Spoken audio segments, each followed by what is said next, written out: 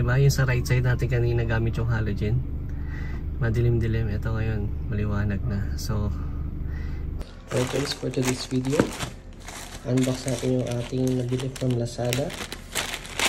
Flagship store of Novsite.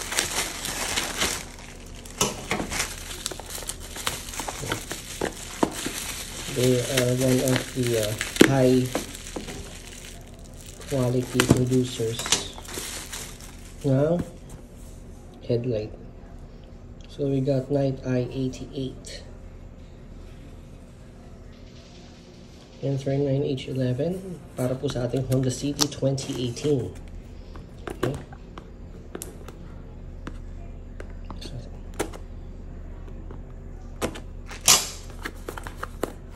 So as usual, made in China. So guys, ito is N39 model for H11. Dahil ang Honda City natin may headlight na H11. Okay? So, yan. Yan lang yan. Saan natin yun dyan? Okay. So, N39 release to guys, ano pa? Around 2019 to 2020. Yan yung unang time na lumabas to N39 and up until now pinibenta pa rin siya dahil meron siyang magandang reputation. Okay? Good entry price, around 700 to 800 pesos. And this is what you get. Okay? So, ito yung ating socket. Alright. Yan siya. So guys, kung titignan natin yung build quality nito. Yan natin. This is aluminum. Meron siyang fans. Yung fan niya. Okay. So yung fan na yan is made of brushless motor. Yung gamit sa mga drone. Kaya makakaasa kayong matibay-tibay yung fan na yan. And ang installation po natin is kailangan nakaganito siya. Slightly. Pag ganyan. Alright. So tara, install na natin. Teka, QR code kung may kailangan ka na hindi mo alam paano install or something else. Ito, scan mo lang yan, then i-redirect ka niya sa installation video nitong ating headlight. Okay, so tara, install natin. So guys, nandito na tayo sa left side ng ating Honda City. Ito yung ating HB11. Twist lang.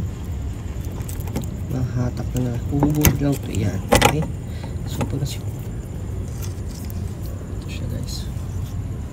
So guys, inalis muna natin to. Ito yung keyring nya. So mapapansin nyo dito. Yan. Yung dalawang nasa taas, ito, ayan, tsaka to, magkapantayan, pero ito yung mas malaki. So ito yung dapat pattern na entry point. Hanapin mo yung malaking slot na to. Okay, so on this side, andito siya sa pinaka left side. Ito, yan, nasa right side pala. So dyan natin isushoot itong malaki. Yan. Okay, then iti-twist na natin siya para malak.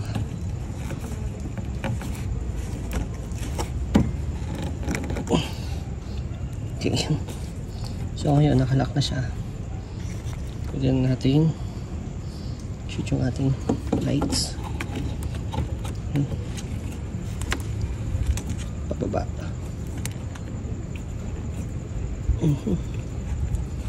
Okay. So, kasi mo yan dito.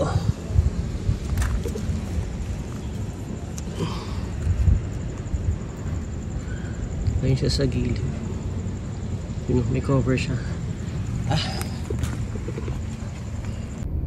Alright, so guys, dito na tayo para i-test natin. Na-install na natin dito sa left side yung Novsite 39. Okay, so naka DRL muna ito. Fog. Patay natin fog. Okay? So kita nyo naman white siya. Yung bato niya ng ilaw is hanggang dun. High beam natin. Yan. Low beam. High beam. Low beam. Diba? Itong right side, tignan mo. Madilaw-dilaw pa. Yung halogen natin yan. Yung knob side 39, ito nasa left side. Maliwanag pa sa harap. Medium dark po yung tint ng ating windshield. At ayan po siya. Liwanag na. Kitang-kita na yung daan. Samahan natin ang fog. Yan. Alright. So sakto lang.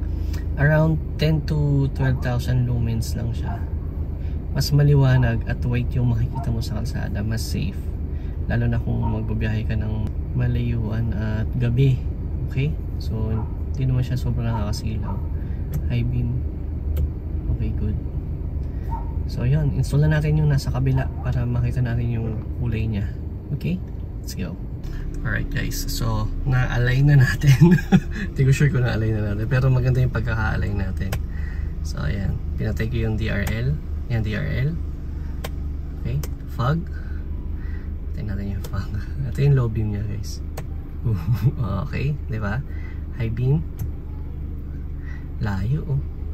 Low. High. Low. So far okay naman niya. Ang liwanag kumpara kanina. Diba? Yung sa right side natin kanina gamit yung halogen. Madilim-dilim. Ito ngayon maliwanag na. So kita na natin yung ating tadaanan. Alright. So yun lang guys.